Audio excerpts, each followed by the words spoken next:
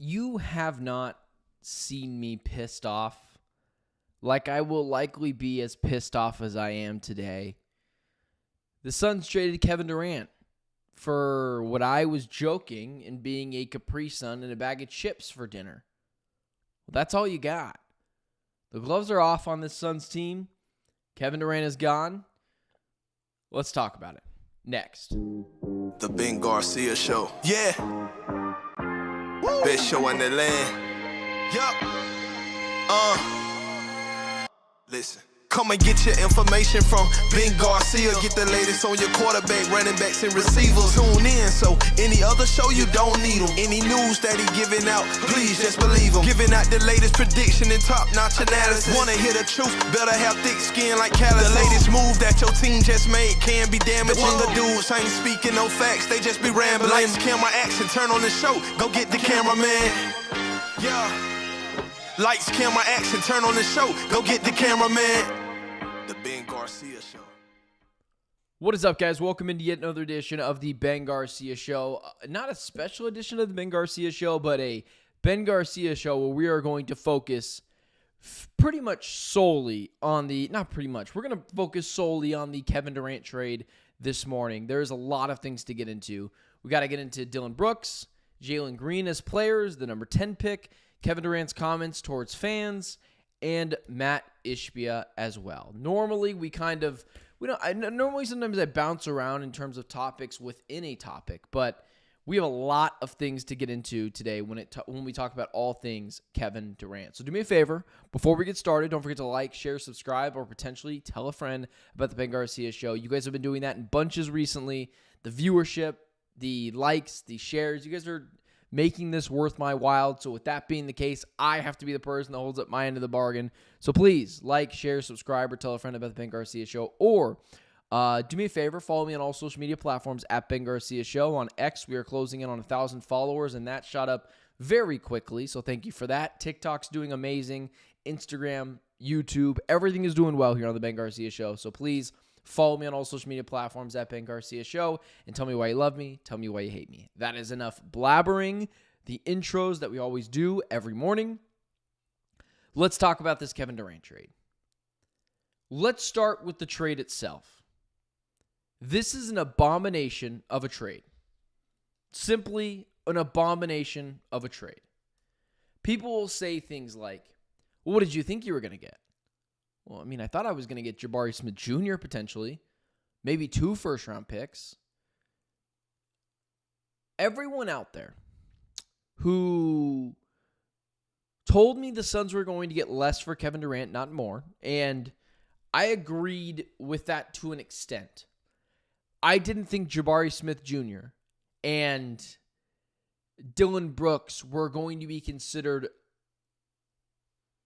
a simple, like a ton for Kevin Durant. And this morning, my guy Aaron in the chat, I love OKC. They saved the NBA from endless yapping. As much as I want to talk about the NBA championship today, I will not be, but I appreciate your donation. This is probably the worst trade. This is probably the worst trade in Suns history. I understand they lost a 37-year-old, but they lost a 37-year-old who averages 25, 5, and 5 in his sleep on nearly 50, 40, 90 efficiencies. It is an abomination. The Luka trade is still the worst trade, potentially in NBA history, but the Kevin Durant trade is not that far away. It's a bad deal. I didn't think Jabari Smith Jr., Dillon Brooks, and a 10th overall pick were going to be seen as a way too much for Kevin Durant. But it is seen as way too much for Kevin Durant when you hire your fraternity brothers as general managers. We said this on Locked On Phoenix Suns. I said this on this show. Other general managers were licking their chops, getting ready to face Brian Gregory in a stalemate or in a staring contest when it comes to Kevin Durant.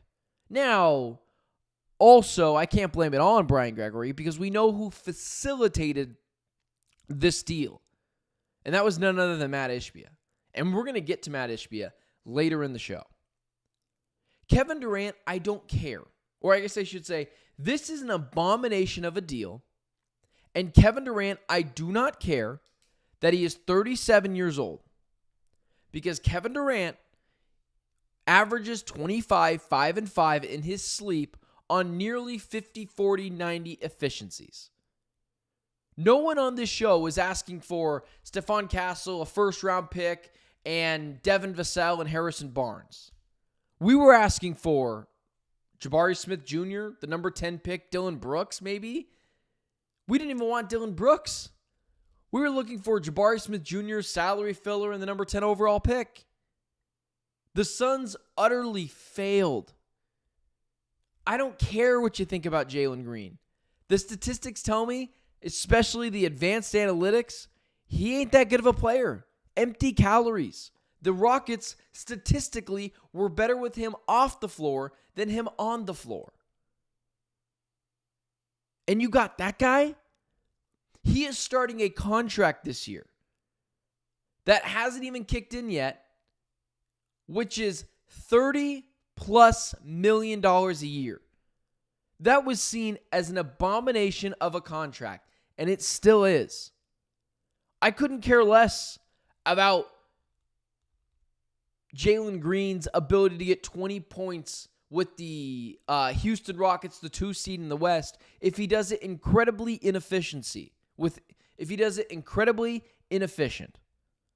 Jalen Green, I mean, you have to, the way I like to look at deals is, how is the other team reacting?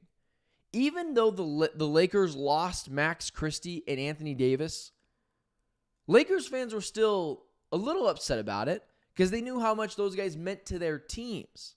Now, they were over the moon, overjoyed that they got Luka Doncic, so it panned out. The Rockets fan base and the Rockets organization is not only celebrating the arrival of Kevin Durant, they are throwing a party for the departure of Jalen Green. He's not a good defender. He's not a very efficient shooter. Sure, he can get to the rim. I guess that's something. And he hasn't showed the ability to be a winning basketball player. In the Warriors series this year, he was awful, outside of one game where he caught fire from 3. It's a simple abomination of a trade for the Phoenix Suns. And it all goes back to Mat Ishbia and his inability to hire people that he can actually trust to run a team. This is what happens when you hire yes men and fraternity brothers to run your team. This is what happens when you feel like you know better. Other teams fleece you. You cannot screw up this Kevin Durant trade, but you did. The number 10 overall pick now is a valuable asset, and it's a good thing they got that back. But the number 10 overall pick, there is now so much pressure to nail that pick. Immense pressure to nail that pick. If you don't nail it now, you're talking about a team that got back Jalen Green and his awful contract, Dillon Brooks, who's a fine player, and a potential bust at the 10th overall pick in this year's draft for a future Hall of Famer. You negotiated poorly. You put a deadline to get a deal done and told everyone about it. You leaked nonsense to the media over and over and over again.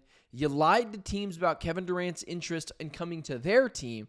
And at the end of the day, it bit you in the ass. And at the end of the day, I think it could cost you Devin Booker's future in Phoenix.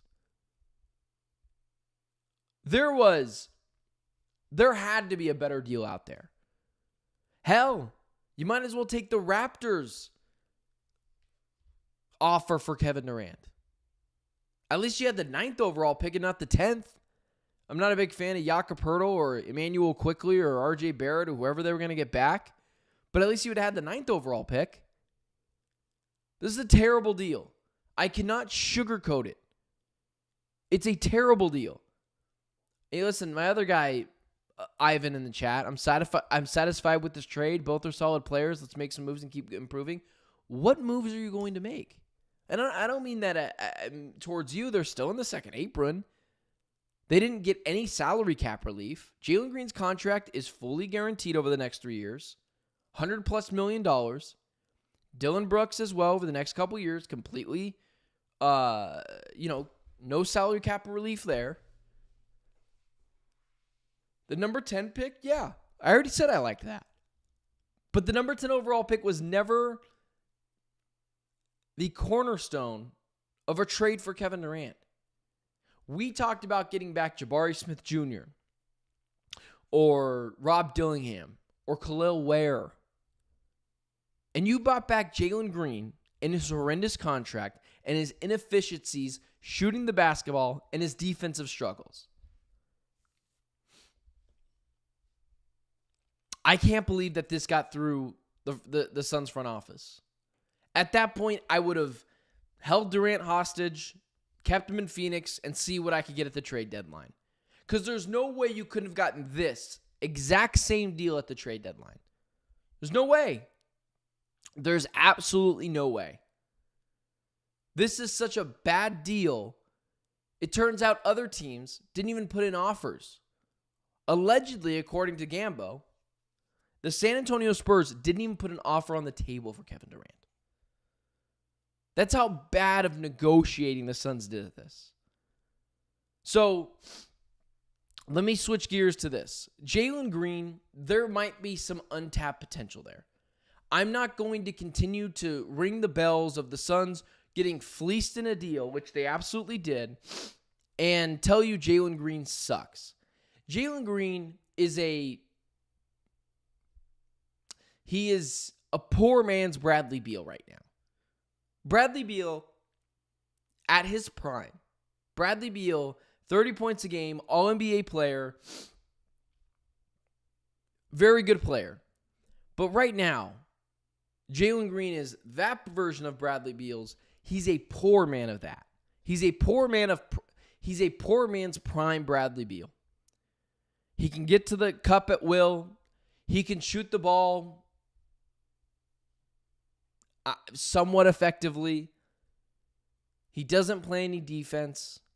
He's not a winning basketball player. And that is Jalen Green is exactly the opposite of what the Suns kept on saying they wanted to get back in a deal. They kept saying they wanted to get back grittiness, toughness, players that can help them win in a certain type of way. Jalen Green is the complete opposite of that. And so I don't mean to harp on how bad this deal is, but I have to get it through the minds of Suns fans so we can hold the front office accountable. Jalen Green shoots 34% from three on 8 3-point attempts a night. It is not good. He takes a lot of threes, and he's not very good at it. He's about a 45% field goal percent shooter, fine. Free throw percentage is fine. But he hasn't showed the capabilities of being even a high-level role player. The Rockets were statistically better with him off the court per 100 possessions than him on the court, regardless of the lineup rotations. They were 8 points worse with him on the floor. He's not a good basketball player. He's not a good winning player. I understand there are people out there that see Jalen Green, they type him in on YouTube, and he does have a fun, human highlight reel that you can watch. But guys, at the end of the day, it just is what it is. It's a highlight reel. He's a fun player to watch. He's not a winning basketball player.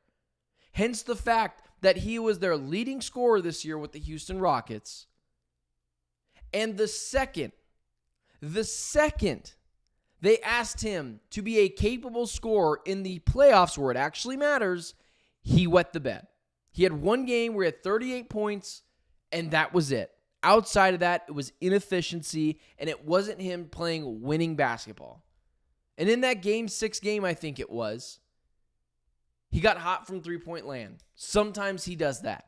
Suns fans should be familiar with that because he played out of his mind every time he played the Phoenix Suns. Let's talk about Dillon Brooks.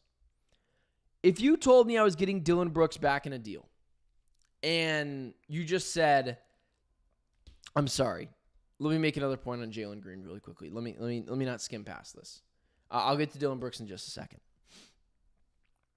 But Jalen Green as well, a lot of people told me, was he's 23, there's untapped potential. Be excited that we got a young rising star in the NBA. Cool, man. Cool. It is reported that the Suns tried to move him elsewhere. They tried to find a third team to reroute Jalen Green to another team. And you're like, okay, if Jalen Green is such a valued commodity in the NBA, why did everyone else say, we're good, that is your problem, take Jalen Green? I had someone tell me in a Phoenix Suns Spaces yesterday, it was, well, other teams didn't take him because it's so close to the draft. They don't want to give up their top 10 overall draft pick or their top 20 draft pick to take Jalen Green from him. Jalen Green, 20 points a game. Are you really sure you want to rip the green like this? Our new guard, are you incapable of seeing the good in his game? Am I incapable of seeing it? What's the good in his game?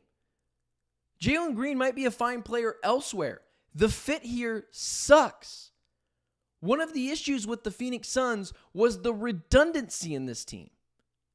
Kevin Durant, Bradley Beal, Devin Booker all did the same exact thing.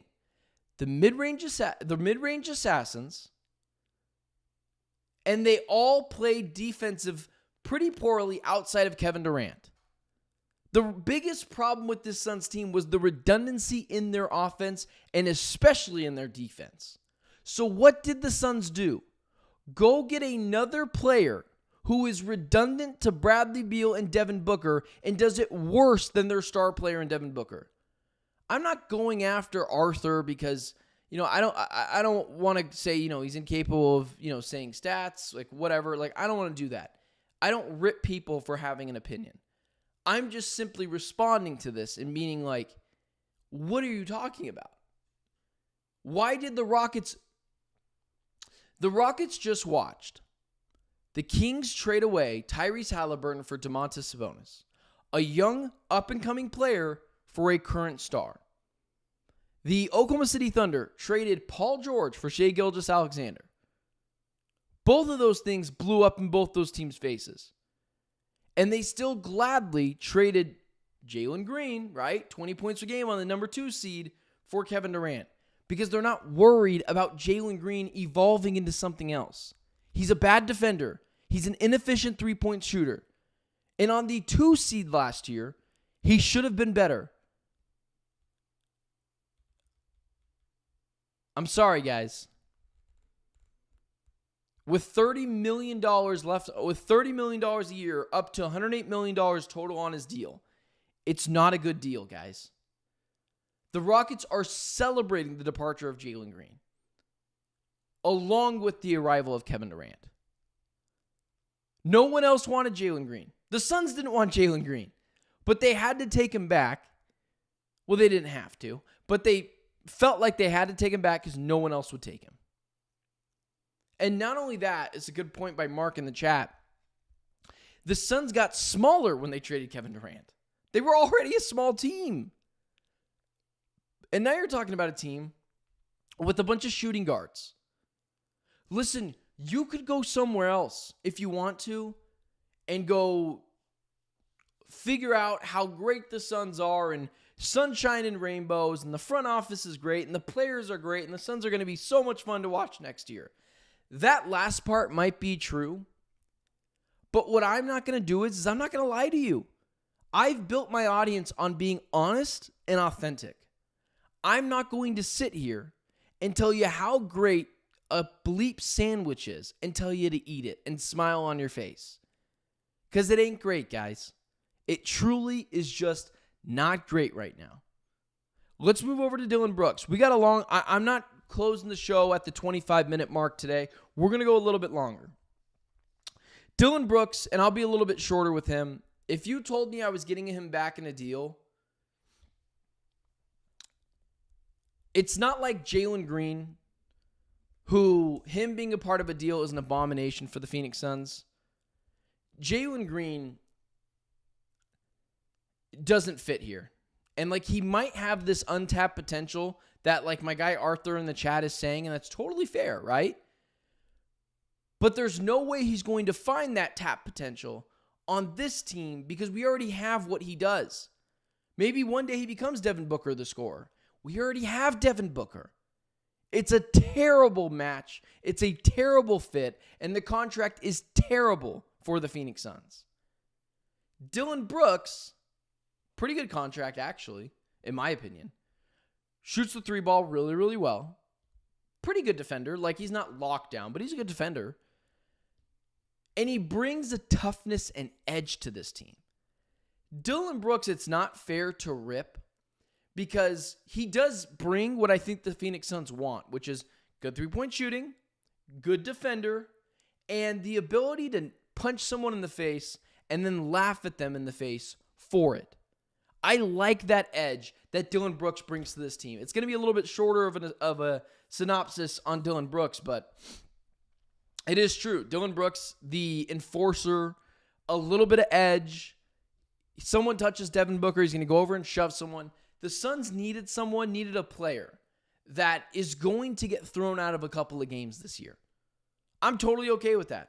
Totally good with that.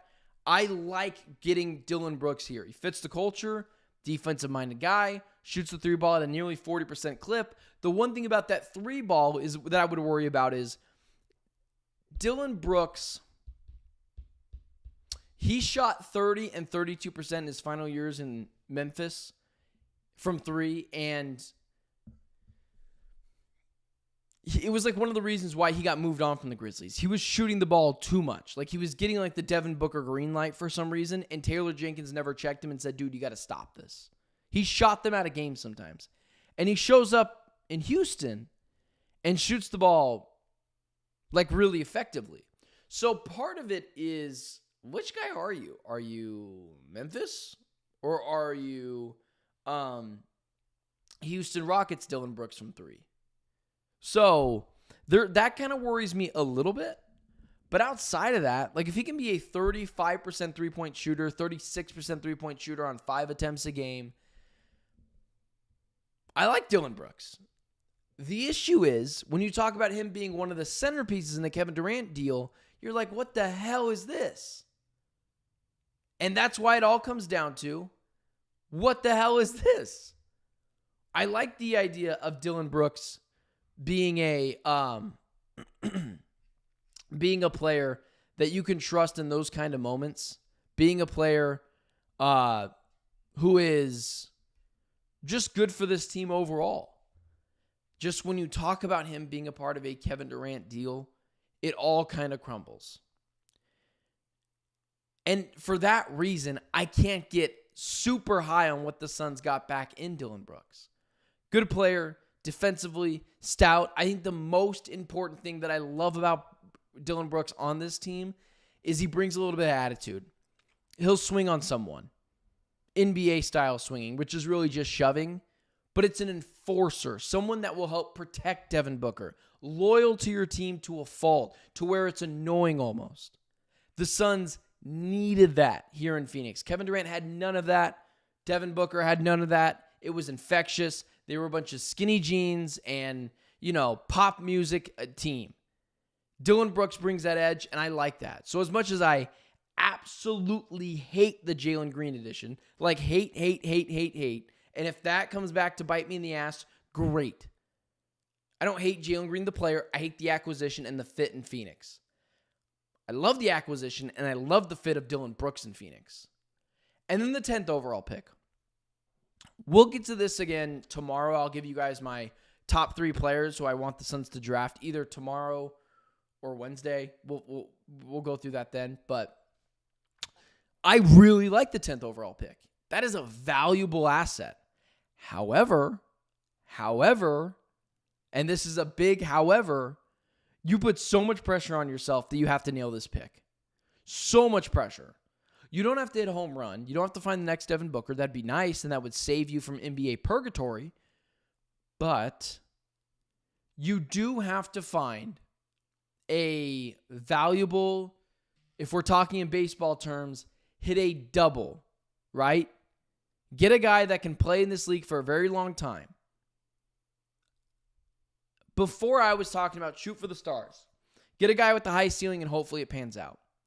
Now I'm more so thinking about, can you find a guy with a really high floor? With a ceiling as well that maybe isn't as high but helps you in terms of maybe a potential star, but you know he can be a 4 or 5 on your team on a championship winning team. I think Carter Bryant is potentially that guy. I liked Jace Richardson, but then you can't take another guard, so that's not happening. I like Sorber a little bit from Georgetown, but I'll break those down for you. But the 10th overall pick, good acquisition, but it always had to be there. You don't get props for getting the 10th overall pick. That was always having to be the case. And then I want to talk about Kevin Durant, then we'll talk about Mat Ishbia, and then we'll be done.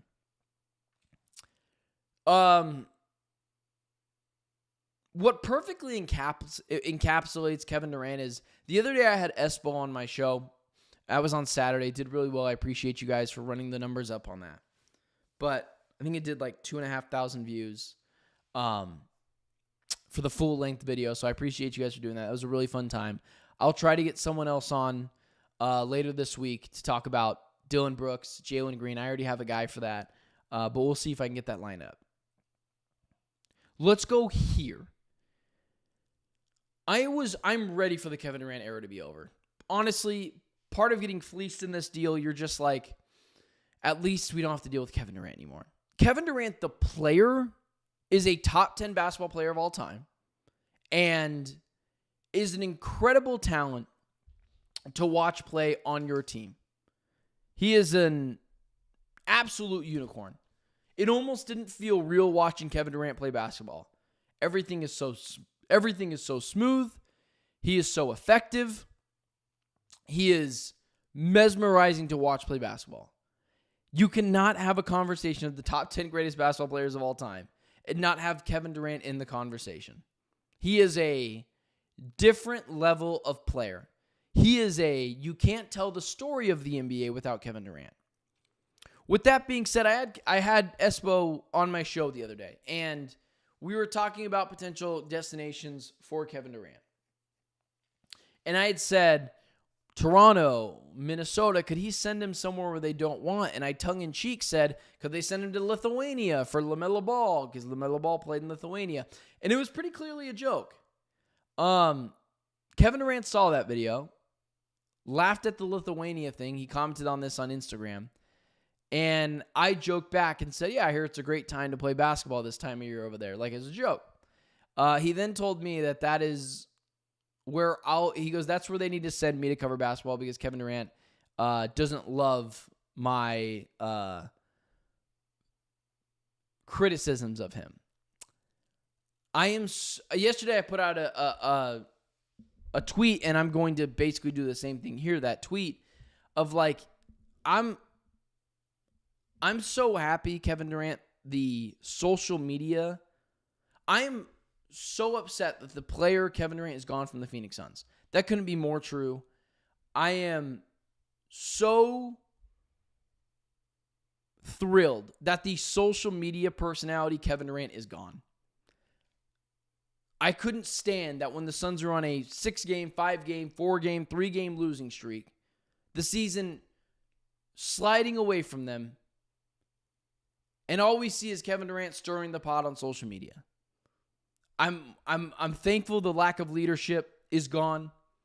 I'm thankful the social media personality Kevin Durant is gone. I'm thankful his stands are gone.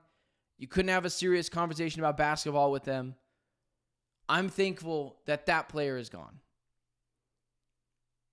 Kevin Durant said yesterday when he was at Fan Fest something that was so unbelievably lame. Kay Adams was asking him, there's a Suns fan in the crowd, and she had said, you got anything to say to Suns fans? And he basically said, I should have had this up here, but he basically said something like, it felt like Phoenix Suns fans didn't want me here. They got their wish and I got mine. I'm struggling to say what I want to say next because it's so unbelievable. Kevin Durant has everything in the world. Everything. And he's on his way out. He's giving fans the middle finger. That was so unbelievably low to go after fans who, for the most part, have been all in on the Kevin Durant experience. No one is thrilled that Kevin Durant, the player, is gone. It is utterly, shameful, unbelievable that you go after fans. All these fans who have been starved for competent basketball for 50 plus years watching this team is a championship, is to win. And the second you don't deliver who they traded a king's ransom for you, which I would do again, just so we're clear, Kevin Durant is much better than Mikal Bridges and Cam Johnson ever were, you're going to piss off them on the way out. You felt like they wanted you gone? You think they wanted you gone? No. They wanted to win. They wanted to be able to see the next chapter of winning for the Phoenix Suns. They were ready to turn the page because they knew having you here wasn't going to result in wins. We had you last year with Devin Booker and Bradley Beal. Remember that big three? The Bradley Beal who you helped recruit to Phoenix? All they ever wanted to do was win. We had Kevin Durant on the team last year. What'd they not do? Win. So you want to go after them on the way out? You want to say the reason why, you want to allude to the reason why you're leaving is because of the fans? Maybe the organization pushed you out. We will get after this bogus, god-awful organization another day. We're focusing on you pissing off fans on the way out. Going after them like they didn't want you here. Oh my God. It's so unbelievably soft. I have a minimum, I have a microscope level of the amount of listeners. I'll never call them fans because no one cares about me specifically, but listeners and subscribers than you do. You are a global effing talent. Everyone knows who Kevin Durant is. My wife doesn't watch basketball. She knows exactly who Kevin Durant is. My mom knows who Kevin Durant is. She doesn't watch basketball. Every day I get bleeped on this show. I haven't even been focusing on the chat this morning. I'm so pissed off. But I'm sure there have been people in there like, this guy's an idiot. I don't go after them personally. I don't think all of them hate me. There's 30 people in here right now. I don't think that those people just hate me. And if they do, that's their prerogative. It's why I never got mad at Kevin Durant for going after me personally, calling me Clown Garcia, telling me I should go cover basketball in Lithuania. I don't follow any of that. I simply don't care. I deleted my tweet on this yesterday because I didn't want Kevin Durant tweeting back at me. I'm so over it. But when I put this out, I'm sure he'll tweet back at me. Get over yourself, man. You are not God's gift to this earth. You're a great basketball player. And the large majority of fans didn't want you gone. They always wanted to win. And blaming them, going after them, is complete insanity. Because they held you to the standard that you said you were. One of the best basketball players to ever play the game. And I'd agree with that. They had a pep rally for you when you showed up. And you're going after them? The fans of a team that have never won a championship before, who are starved for a championship in Arizona since the last time they got one in 2001? It's crazy, man. It is absolutely nauseating how full of yourself you must be.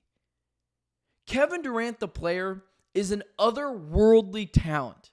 Kevin Durant, the player, is mesmerizing to watch. He's a top 10 basketball player of all time.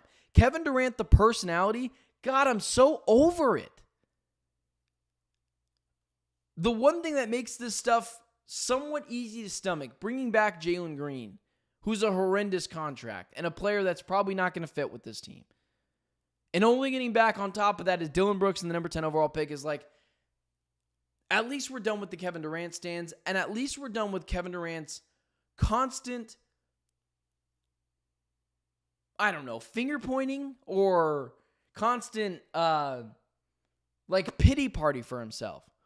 Oh, the fans didn't want you here. God, dude, I beg to differ. As I watched all those fans cheer for you, a standing ovation when you scored 30,000 points in a game. Or did that just happen to be KD night? Where every one of those fans only could come to the game if there were Kevin Durant fans. No one was cheering yesterday when they got Jalen Green. The majority was, I can't believe we lost Kevin freaking Durant for Jalen Green, the number 10 overall pick, and Dillon Brooks. They wanted you gone. I don't get it, guys. Go check out my TikTok comment section. Every other comment is you're an idiot, you don't know basketball, crazy things. I've never once went after a fan personally, or a listener. I don't have fans. Or a listener or a subscriber. They disagree with me. I tell them, go on social media and tell me you disagree with me. My opinion doesn't matter more than yours because I bought a webcam and a microphone. That's not how this works. It's not how this works, man. Kevin Durant, the player, it really does suck to see that guy go. Because it never truly felt real. It was watching an artist on a blank canvas every night. But acting like no one wanted you here, acting like they wanted you to go.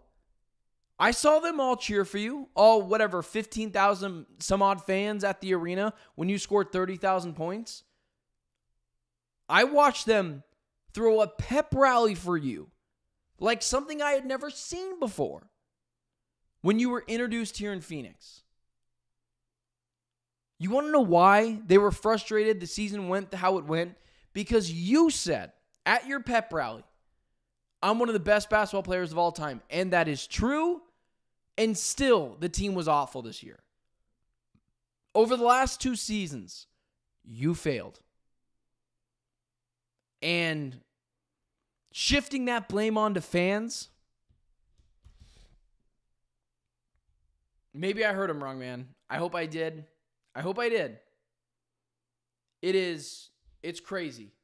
It's crazy at stabbing in the back the people that rooted for you the most and telling them they wanted you gone. Flipping them off on the way out. I almost flipped off the camera. What do you want me to say, man? What do you want me to say? That was such a low blow, dude. But the one thing I learned in Kevin Durant's tenure as a Phoenix Sun is nothing will ever be, has been, or in the future will be Kevin Durant's fault. It will always be the front office, lack of support, Russell Westbrook, injuries, whatever it is. It will always be never Kevin Durant's fault. Never is, has, or was, or is to come. Nothing will ever be Kevin Durant's fault. That's the one thing I learned. It'll be Westbrook. It'll be injuries. It'll be the fans. It'll be the front office. It'll be lack of support. It'll be everything but Kevin Durant dealing with the fact that he was part of a failure over the last 2 seasons.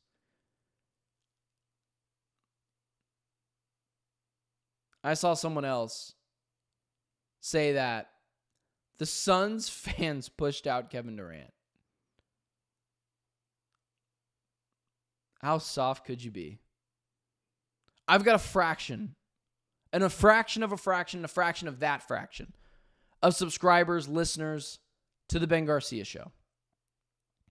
You guys will never make me quit this, regardless of whatever mean things you're going to say to me in the comment section.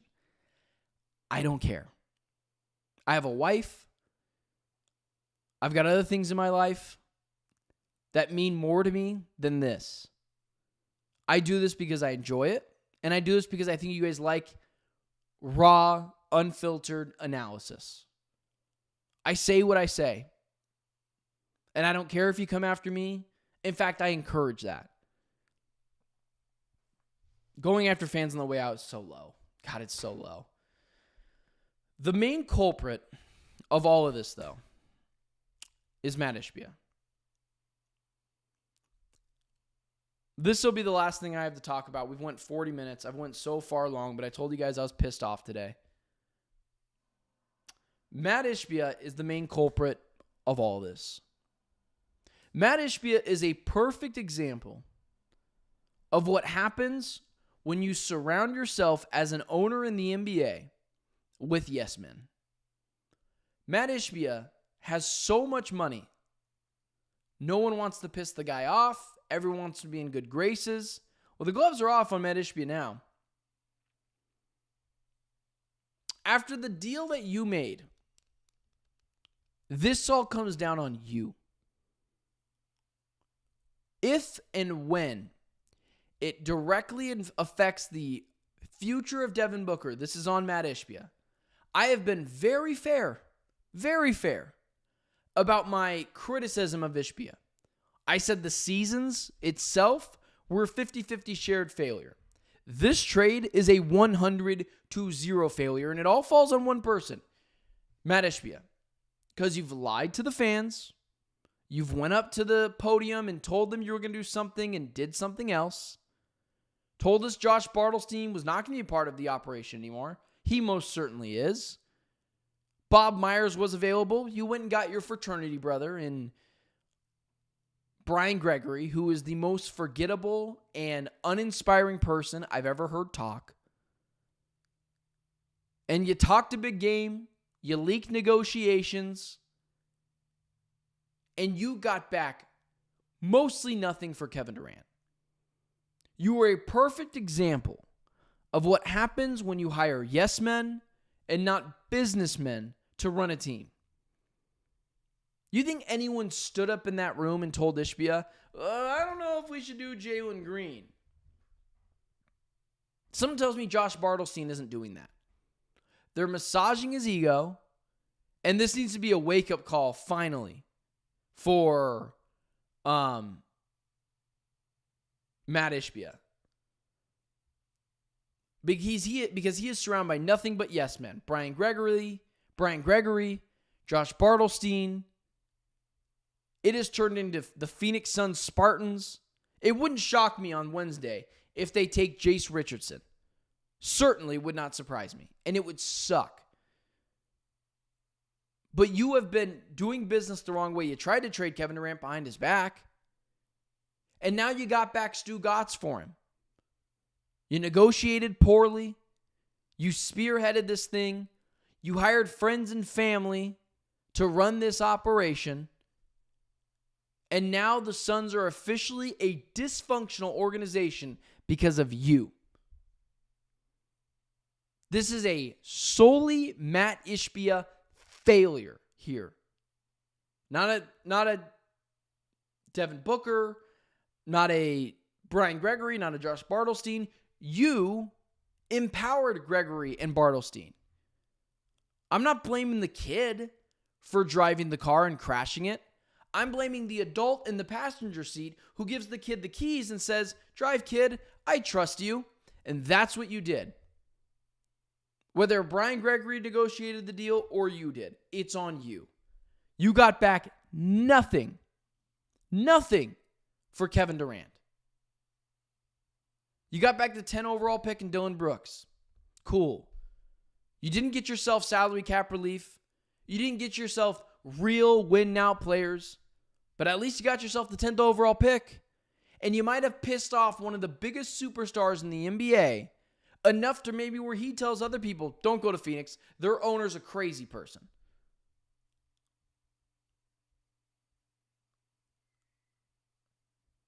Ishbia, when it comes to the on-court product, I'm not talking about off-court.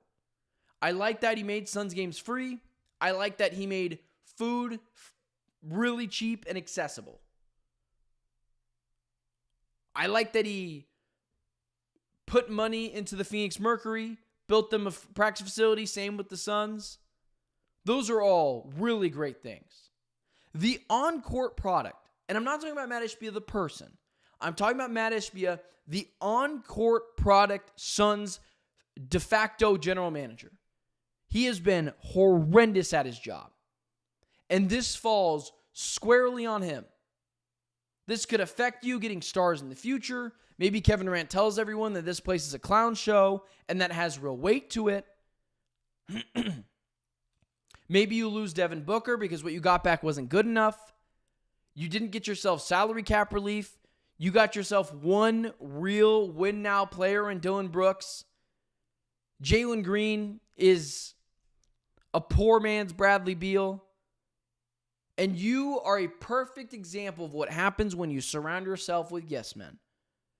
Brian Gregory, whether he did the deal or not, it's on you because you empowered him. When everyone told you, what about Bob Myers? You said, I'm going to go hire my buddy in Brian Gregory. Josh Bartelstein, you told us he wasn't going to be a part of the operations. Reports are coming out, he's still a part of the operations. And the Phoenix Suns are officially a dysfunctional organization until further notice, until you and your rest of your fraternity brothers figure it out and get the shit back on track. But I want to be very clear who the finger needs to be pointed at today. Because of the lack of picks and lack of players and lack of talent and lack of hope there is in the Phoenix Suns today. It's not on the players. It's not on Bartelstein. It's not on Gregory. It's on the guy that empowered them, Matt Ishbia. And the gloves are off. As much as I think, yes, good owner in terms of day-to-day operations, free Suns games, cheap food, new facilities, those are all really good things. I'm not comparing him to the person that is Robert Sarver, who is awful. I'm comparing him to the on-court product compared to other owners in the NBA. He has squarely failed. He's squarely failed. And ultimately, at the end of the day, guys, that's what it is. Matt Ishbia needs to be held accountable for this disaster. And that's what it is. It's a disaster. All right, guys, I'm gassed. I just talked for 50 minutes straight. Do me a favor, like, share, subscribe to the show.